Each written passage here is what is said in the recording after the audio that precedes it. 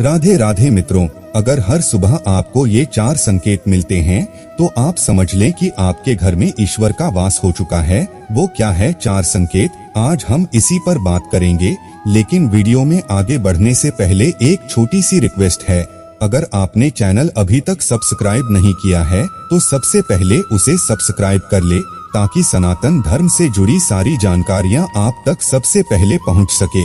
Comment box में प्यार भरा राधे राधे लिखकर अपनी हाजिरी जरूर दर्ज कराएं। मित्रों, जब आप पूजा पाठ करते हैं तो ईश्वर का वास आपके घर में होता ही होता है, चाहे वो प्रत्यक्ष रूप से हो या फिर अप्रत्यक्ष रूप से। वो जब घर में वास करते हैं तो आपको महसूस हो ही जाता है। कई बार ऐसा होता है कि भगवान तो आपके घर में वास करते हैं, लेकिन आपकी कुछ गलतियों से वो लौट जाते हैं, आपके कुछ कर्मों से वो लौट जाते हैं। क्योंकि उस समय अक्सर लोग ये करते हैं कि वो कभी पूजा पाठ करते हैं और फिर छोड़ देते हैं, फिर कुछ दिन बाद पूजा करते हैं, उसे छोड़ देते हैं। तो ये सब सही नहीं होता, इससे ईश्वर चले जाते हैं। ये आपको कभी नहीं करना चाहिए। बहुत से लोग ऐसे भी होते हैं जिनके घर में ईश्वर वास तो करते हैं, लेकिन उन्हें स्वयं इस बात का पता नहीं होता और वो स्वयं उनका अपमान करके उन्हें वापस भेज देते हैं, ये कहकर कि मैं ईश्वर की पूजा तो रोज करता हूँ, लेकिन तब भी ईश्वर मुझे क्यों नहीं दिखते। तो आपके ये सब कृत्य आपके ईश्वर को नष्ट कर देते हैं। तो इसलिए आपको आज हम वो 4 संकेत इस वीडियो में विस्तार से बताएंगे, जिससे आप स्वयं जान पाएंगे कि ईश्वर आपके घर में आ चुके हैं। तो हम आपको बता दें कि जब ईश्वर आपके घर में प्रवेश करते हैं तो बहुत से बदलाव आते हैं, जिसे आप महसूस कर सकते हैं। उदाहरण के लिए हम आपको बता दें कि मान लीजिए कि आप पहले 10,000 रुपए कमाते थे, आपकी सैलरी इतनी थी और उसमें भी आप कर्ज में दबे जाते थे।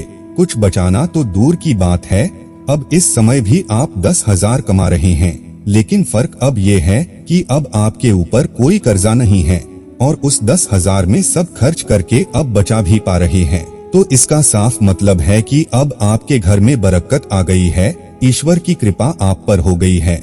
जिस भोजन के आटे को 3 लोग खाते थे, अब उसी में इतनी बरकत हो गई है कि उसी भोजन के आटे में 5 लोग खा रहे हैं। तो ये सब चीजें आप बस महसूस कर सकते हैं, जिसके बाद ये स्पष्ट हो जाता है कि ईश्वर आपके घर में वास कर चुके हैं। जब भगवान आपके घर में आते हैं तो प्रत्यक्ष या अप्रत्यक्ष रूप से आते हैं और आपको आपकी पूजा का फल प्रदान करते हैं। अब फल कैसे देते हैं, ये जरूरी नहीं कि वो आपकी सभी इच्छाओं को पूर्ण कर देंगे। वो आपको शक्ति प्रदान करते हैं, आपको आपके दुखों से लड़ने के लिए। आपके जीवन में सुख दुख सभी आपके कर्मों के आधार पर आते हैं, लेकिन जो दुख है उसे सहन करने की शक्तियाँ आपको ईश्वर देते हैं। मान ले आपका एक्सीडेंट होने वाला था, लेकिन आपको एक छोटी सी चोट या खरोंच लग जाती है और वो घटना वहीं पर रुक जाती है। इतनी छोटी सी खरोंच पर तो इसका सही अर्थ ये है कि ईश्वर आपके साथ हैं, आपकी रक्षा कर रही है। ठीक उसी प्रकार आप बहुत बड़े कष्ट से आप जूझ सकते थे, लेकिन वो आपको नहीं हुई। ये आपका पड़ोसी दुख कष्ट में है, लेकिन आप उससे बचे हुए हैं। आपके जीवन में वो नहीं है, जिसका अर्थ यह है कि ईश्वर आपके घर में है, आपका कृपा कर रहे हैं। तो इन सब चीजों से आप ये महसूस कर सकते हैं कि ईश्वर आपके घर में है, जिस पर आपको यकीन करना होगा, क्योंकि आपको बार बार संकेत नहीं मिलेगा, वो 1-2 बार ही मिलेगा, जिसे आपको ध्यान से समझना होगा और उसे समझ ईश्वर की सेवा में और ज्यादा लग जाना है। तो चलिए अब उस संकेत की बात करते हैं। सबसे पहला संकेत ये है कि जब आप सो रहे होते हैं और ब्रह्म मुहूर्त में उठ जाते हैं, आपकी नींद इसी समय खुल जाती है।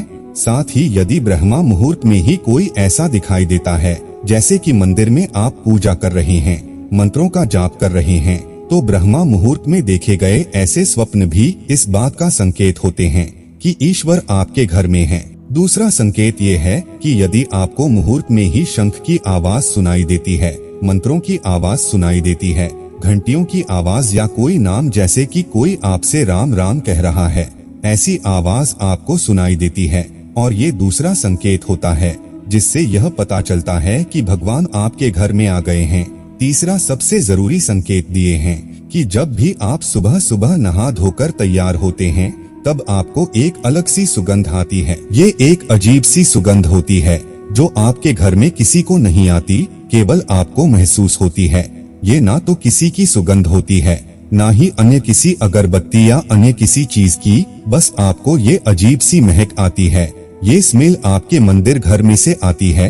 अब वो घर में जिस जगह होगा वही आपको ये महक आती है, और जितना आप अपने घर के मंदिर के पास जाते हैं उतनी आपको महक ज्यादा आती है। ये महक देवी देवताओं की होती है, जिससे यह आपको पता चलता है कि ईश्वर आपके घर में वास कर चुके हैं। अब जो नकारात्मक ऊर्जा होती है, जब इनका घर में आगमन होता है तो आपको घर के भीतर दुर्गंध आने लगती है, लेकिन जब ईश्वर का वास होता है, सकारात्मक ऊर्जा का प्रवेश होता है, तो आपको सुगंध आने लगती है। ये महत्व बहुत ही अच्छी होती है, प्यारी सी होती है, मीठी सी होती है, जो आपका मन पूरी तरह मोह लेती है। चौथा सबसे बड़ा संकेत, जब आप पूजा करने जाते हैं तब उसी समय यदि कोई जीव यानी कि कुत्ता, बिल्ली, गाय या फिर अन्य कोई भी व्यक्ति भिक्षु आपके द्वार पर आ जाता है, और ये आपके साथ हफ्ते में 3-4 बार लगातार हो रहा है कि आपके समय में ही वो आ रहे हैं, तो इसका मतलब है कि ईश्वर आपके घर में दस्तक दे रहे हैं, उनका आगमन हो रहा है। क्योंकि जो गाय होती है वो भी माता का स्वरूप होती है, कुत्ता भी भैरव बाबा का प्रतीक माना जाता है, या फिर कोई याचक आता है तो वो भी ईश्वर के किसी न किसी रूप में आ रहा है। तो हमें कभी भी उन्हें भगाना नहीं चाहिए, बल्कि उन्हें संतुष्ट करना चाहिए, अर्थात उन्हें भोजन करवाना चाहिए, उन्हें सम्मान देना चाहिए। पैसे का या अन्य किसी चीज का दान करना अलग बात है, लेकिन सबसे बड़ा दान भोजन का, पानी का माना जाता है। हमारे द्वार पर आए किसी को भी तृप्त करा के भेजना चाहिए, उन्हें भोजन करवाना चाहिए। पानी देना सबसे बड़ी पुण्य की बात होती है। इन जीवों को या फिर याचकों को हमेशा संतुष्ट करना चाहिए, उन्हें भोजन कराना चाहिए। ये ध्यान देना कि जब आप बाहर किसी गाय को जाकर भोजन करवाते हैं, रोटी खिलाते हैं, तो बेशक वो बहुत सारी गाय हो, उन्हें भोजन करवाना अच्छी बात है, आपको उन्हें कराना चाहिए। लेकिन यदि कोई एक गाय भी आपके द्वार पर आती है और उसे आप अपने घर से भोजन खिलाकर भेजे, तो ये सभी गायों के खिलाने के बदले उस एक गाय को खिलाना सबसे बड़ा पुण्य होता है, क्योंकि आपने उस एक गाय को तृप्त कर दिया। उस एक गाय को तृप्त करना बहुत अहम होता है, इसलिए आपके द्वार पर किसी को भी इस तरह करना बहुत पुण्य की बात है, क्योंकि वो प्राणी आपको भीतर से सच्ची दुआएं देता है और वो दुआ बहुत प्रभावी होती है। तो मित्रों, ये था वो संकेत किससे पता चलता है कि ईश्वर आपके घर पर वास कर चुके हैं। तो मित्रों, कैसी लगी यह छोटी सी जानकारी, कमेंट करके जरूर बताएं। आज के लिए बस इतना ही, अब इजाजत दे। आपका बहुत बहुत धन्यवाद।